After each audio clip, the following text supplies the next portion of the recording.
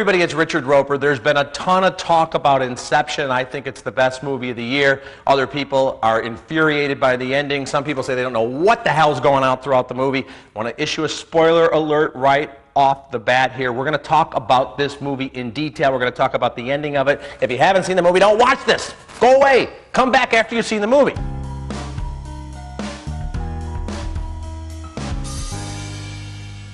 All right, now, for those of us who have seen the movie, let's talk about some of the theories that are floating around on the internet, some of the impressions I had when I saw the movie.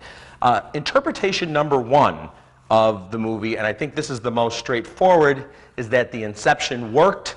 They were able to plant that idea in Fisher's mind, and at the end, Cobb is in the real world and he's reunited with his children.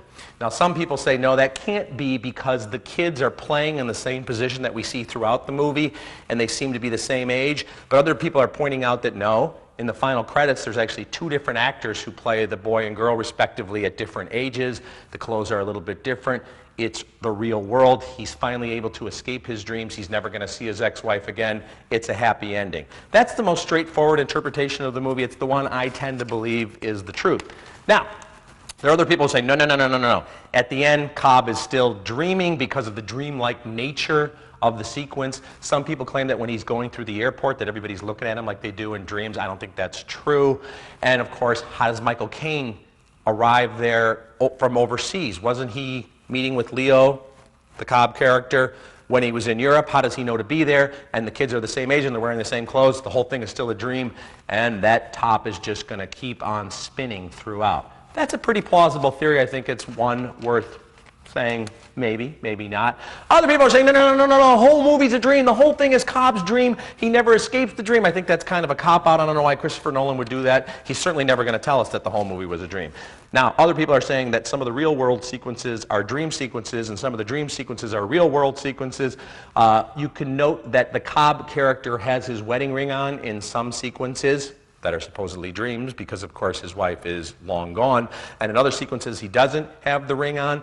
If you're going to tell me that the real-world sequences are the dream sequences and the dream sequences are the real-world sequences, my head's going to explode and I just can't handle it. Finally, and I like this theory a lot, regardless of whether or not you believe the ending is still in the dream world, a lot of people are saying that this is a movie about making movies. It's about the filmmaking process. This is Christopher Nolan's version of Fellini's 8½. If you look at each of the characters, they could represent different aspects of filmmaking. For example, the businessman played by Ken Watanabe, he would be the guy, the producer, who's putting up the money for the mission. Cobb is the director. Joseph Gordon-Levitt's character is the actor. Ellen Page, as the architect, is the screenwriter, et cetera, et cetera, et cetera. I kind of like that idea. I think even if the movie ends on a dream or not a dream, it's also an homage to movie making.